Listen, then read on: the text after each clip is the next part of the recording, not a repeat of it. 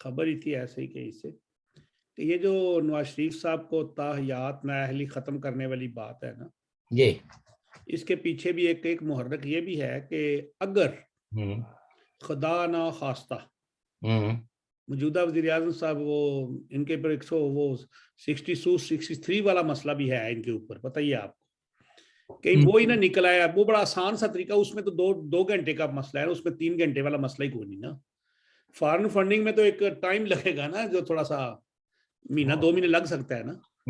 اور جو ازدیا تک دعا یہ بھی لگ جاتا ہے. لیکن وہ جو 62-63 والا ہے نا، جس میں وہ ان کی بیٹی آتی ہے ٹیریان، دیکھیں 62 اور 63 یہ بیسیکلی میں سمجھتا ہوں ایک آمر نے کانسٹیٹیوشن کا حولیہ، پاکستان کے کانسٹیٹیوشن جو 1973 کو ساری پولیٹیکل پارٹیز نے مل کے ایک متفقہ دستاویز بنائی تھی، اس کو مختلف آمروں نے اس کی شکل بگاڑی، اور اس شکل بگاڑنے میں پاکستان کی جوڈیشری بھی ان کی سہولت کار رہی. جو اس کو ختم کرنے سے پہلے نا اس کے میرے خیال میں اب بھی پاکستان کی اگر political parties including Imran Khan صاحب یہ اگر عقل اور خرد کے کوئی ناخن لیں تو انہیں چاہیے کہ اگر پیپلز پارٹی نے اس ملک کے صوبوں کو اختیار دینے کے لیے ایک 18th امینڈمنٹ کی، تو ایک متفقہ طور پر ان دونوں شکوں کو کانسٹیٹیوشن سے نکال دیا جائے. چلو وہ تو نکلیں گی بعد میں، لیکن ان کو ابھی جو تاحیات ہے اس کو 5 سال تک لانے میں کردار ادا ہوگا، کیونکہ یہ خطرہ بھی ہے کہ یہ اب صاحب بھی صادق اور امین نہ رہیں تو چلو اگلے 5 سال کے بعد پھر ان کو وہ شطرنج کا مورا ہوتا ہے نا، ایک پیچھے رکھا ہوتا ہے. وہ تو دیکھیں بات یہ ہے نا، یہ تو ٹوٹلی ایک یعنی خالصتاً کانسٹیٹیوشنل میٹر ہے. کانسٹیٹیوشنل میٹرز میں اگر کامن وزڈم پریویل کرے تو جو بار ایسوسی ایشن کہتی ہے وہ سپریم کورٹ کو مان لینا چاہیے. لیکن اور اگر وہ سپریم کو ایڈمٹ کر لے اس اپلیکیشن کو، تو دین اس پٹیشن کو، تو دین نواز شریف صاحب تو چونکہ 5 سال سے زیادہ بھگت چکے ہیں، ہو جائیں گے، تو لہذا ان کے تو 5 سال پورے ہو جائیں گے. اس کے بعد آتے ہیں وہ جو ان کو احتساب عدالت نے کہ ایک نے 10 سال تو ایک نے کوئی 7 سال سزا دی ہے، پھر وہ تو میرٹ پہ اس کا ڈیسیژن ہو سکتا ہے. مسئلہ یہ ہے کہ ان پارٹیوں کو جب یہ اقتدار میں آتی ہیں، یہ جب ان کے پاس میجورٹی ہوتی ہے، تو ان کو یہ چیز ضرور مد نظر رکھنی چاہیے کہ آمروں نے جو آئین کا حولیہ بگاڑا ہے اس کو اپنی اوریجنل شیپ میں لایا جائے، اور زیادہ سے زیادہ اختیارات کانسٹیٹیوشن کے اندر جو ہے وہ سویلین اتھارٹی کو دی جائے. ویسے بھی ہے ہی وہ کانسٹیٹیوشن رول آف بزنس ہے ایک طرح کا، تو رول آف بزنس میں ایسے اداروں کو وہ اختیار نہیں دیا جانا چاہیے جس سے کہ وہ سیاست میں ان کو مداخلت کا حق مل جائے. ٹھیک. تو لیکن اب چونکہ پاکستان میں دیکھیں واپس اگین میں یہ کہوں گا کہ یہ جتنی بھی پیشن گوئیاں ہو رہی ہیں یا تجزیے ہو رہے ہیں، اس میں پھر فوکل پوائنٹ کیا ہے؟ وہ ہے اسٹیبلشمنٹ کی مرضی اور منشا. منی بجٹ کے پاس ہونے کا بھی دارومدار یہ ہے کہ اسٹیبلشمنٹ غیر جانبدار رہتی ہے، اگر غیر جانبدار ہوگی تو یہ تھرو نہیں کروا سکتے. لیکن یہ منی بجٹ تو پاس کروانا پڑے گا، کیونکہ نہیں تو پھر بڑے مسائل بن جاتے ہیں جی. کرنا پڑے گا. بات یہ ہے نا کہ مسائل تھوڑا مسائل سہنا بھی برداشت کرے نا. لیکن جو نئی حکومت آئے گی پھر اگلا سال تو اس کا بھی رگڑا جائے گا نا. تو دیکھنا اگلا سال رگڑا جائے یا آئندہ سال رگڑا جائے، کوئی پلان لے کے آئیں گے. تو ایسا تو ہے نہیں نا کہ جو ہے وہ اپنے یعنی اس حکومت کا گریبان جو ہے وہ دوسرے دن ہی لوگ پکڑ لیں گے. اور آئی ایم ایف ان کے پاس کچھ ہوگا ہی، وہ کوئی کیا جو ہے کریں گے؟ وہ پاکستان کو بین نہیں کر دے گی کہ جناب آئندہ دیکھیں، اگر پہلے بھی آئی ایم ایف کے پروگراموں میں جاتے رہے تو یہ شرطیں تو اسی لیے لگائی گئی ہے نا کہ موجودہ حکومت کا جو رویہ ہے، جو انہوں نے پاکستان کو ڈسٹیبلائز کرنے کے لیے جس طرح کے رویے اختیار کیے ہیں، اس میں پولیٹیکل سٹیبلٹی نہیں آئی، لہٰذا ایک مانیٹرنگ ایجنسی جو ہے وہ اپنی انویسٹمنٹ کو یا اپنے دیے ہوئے لون کو کا تحفظ چاہتی ہے۔ ڈاکٹر صاحب چھوٹی سی عرض ہے جی کہ منی بجٹ اگر پاس نہیں ہو، ایک مثال ایسے اللہ نہ کرے ایسا ہو، نہیں پاس ہوتا، اب تو کیا ہو جائے اسٹیبلشمنٹ اپنا کردار ادا نہیں، بیچ میں نہیں انوالو نہیں ہوتی، جی تو اگر اس کے ساتھ ہی ودن سعودی عرب والے اپنے پیسے مانگ لیں، ایک مثال ہے، کوئی بہانہ بنا کے۔ دیکھیے ایک بات یہ ہے نا کہ ابھی اگر یہ الیکشن کی طرف جاتے ہیں، اس بجٹ کو نہیں منظور کرتے اور الیکشن کی طرف جاتے ہیں، تو میں آپ کو بتاؤں کہ اگر الیکشن میں گئے تو بہت ساری ایجنسیاں ان کو فیڈ کریں گی، ان کو بک آج کی دنیا میں اگر طالبان جیسی تو نہیں رکھیں گی، سنیں طالبان کے لیے بھی تو آخر ریلیف فنڈز تو آ رہے ہیں نا، 3.25 کروڑ آج انہوں نے دے دیا نا، تو 3.25 کروڑ ڈالر بات چھوڑ یہ ہے دیا۔ کہ آپ ایک گلوبل ولیج میں رہتے ہیں، وہاں جو لوگوں کے فوری مسائل ہیں ان کو نپٹنے کے لیے، اور ابھی تو آپ ایک اسٹیٹ ہے جس کے ساری دنیا کے ساتھ ریلیشنز ہے، آپ کو بطور اسٹیٹ ریکگنائز کیا ہوا ہے، تو آپ یعنی یہ منی بجٹ جو ہے وہ آپ کی زندگی اور موت کا مسئلہ نہیں ہے، یہ آپ کی تن آسانیوں کا مسئلہ ہے کہ کوئی بھی ادارہ جو ہے وہ سادگی کی طرف جانے کے لیے نہیں تیار، وہ سوچتا ہے کہ اگر میرے بجٹ میں سے 1% بھی اگر کمی ہوئی تو اس سے مجھے بہت بڑے مسائل کا شکار ہو جائے گا۔ پاکستان پہ کوئی جنگ مسلط کرنے والا نہیں ہے، آپ یہ ہے کہ اپنی چادر کے اندر اپنے پاؤں اگر رکھنے کے لیے تیار ہو جائیں، اور یہ جو قرضے جو لونز جو ہے نا جن کو آپ نفع کے طور پہ لیتے ہیں، اس کو یہ نہیں کہ آپ قرضے کو کسی پروجیکٹ میں خرچ کرنے کے لیے، یہ تو آپ تنخواہوں کے لیے لیتے ہیں، یہ آپ اپنی عیاشوں کے لیے لیتے ہیں، اس سے پاکستان کی کوئی ایک پروجیکٹ مجھے بتایا جائے جو آئی ایم ایف سے آپ نے لون لیا اور اس کو تعمیر کیا ہو، تو سو دیٹ وہ پیسے تنخواہوں کے نہ ہوں گے، ملازمین کو تنخواہ کہاں سے دیں گے؟ جب پیسے ترقیاتی بجٹ پہ تب جائے گا جب ان کو کچھ اپنے گھر سے بھی کچھ ملتا ہوگا۔ دیکھنا بات یہ ہے نا کہ پاکستان ایک زرعی ملک ہے، ہاں آپ جو ہے وہ اپنی عیاشیوں کے لیے وہاں کی گندم باہر مت بھیجیں، چاول مت بھیجیں، اگر کوئی حکومت ہو تو وہ لوگوں کو مفت چینی آٹا یہ چیزیں مہیا کر سکتی ہے،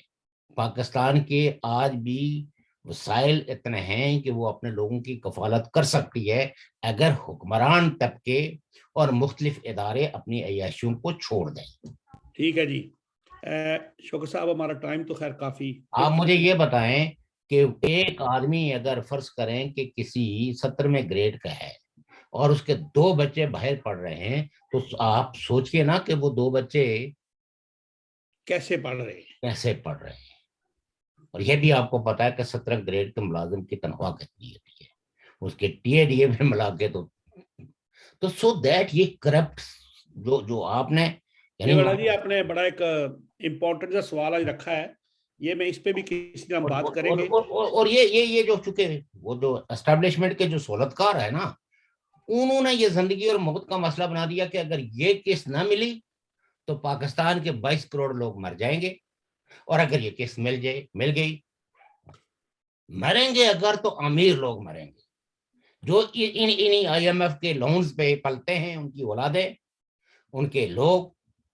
اور یہ ادارے جو ایک بندوق خریدتے ہیں اور 100 بندوقوں کے جو ہے نا وہ پیسے وصول کر لیتے ہیں۔ غریب بندے کا بچہ بھی دودھ پیتا ہے، یہ دودھ پر بھی 17% ٹیکس لگا ہے۔ وہ جناب غریب کے بچے کو بھی مطلب وہاں تو حکومت نے وہ اقدامات کیے اس بجٹ کے اندر کہ اس کے بعد اگر یہ امپلیمنٹ کریں گے تو لوگوں کو تو ویسے ہی فاقے ہیں اس بجٹ کی وجہ سے.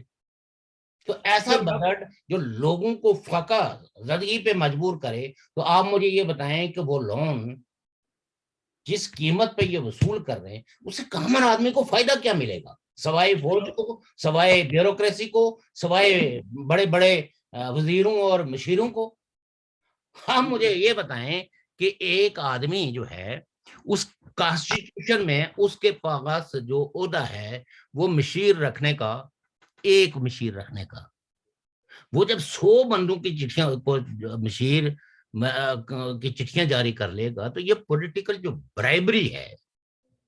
یہ کنسپٹ آف برائبری کو جب تک جڑ سے اکاڑ کے پھینک کے ہر آدمی کو کانسٹیٹیوشن کے تابع نہیں کریں گے اور اس کو یہ مجبور نہیں کریں گے کہ جو کانسٹیٹیوشن میں دیے ہوئے تمہارے اختیارات ہیں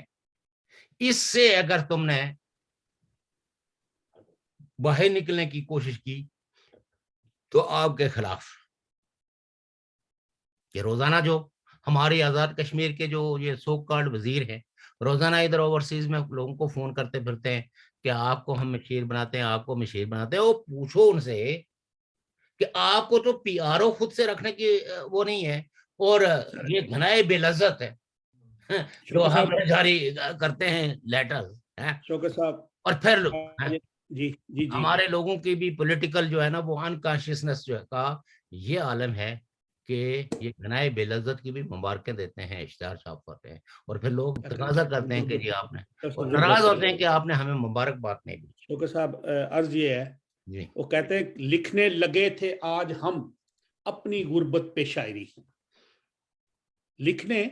لگے تھے آج ہم اپنی غربت پہ شاعری, ورک تو خرید لیا کم بخت قلم فروخت کرنا پڑ گیا. تھینک یو, اللہ حافظ, کل پھر ملیں گے انشاءاللہ. ناظرین سامعین اجازت چاہتا ہوں.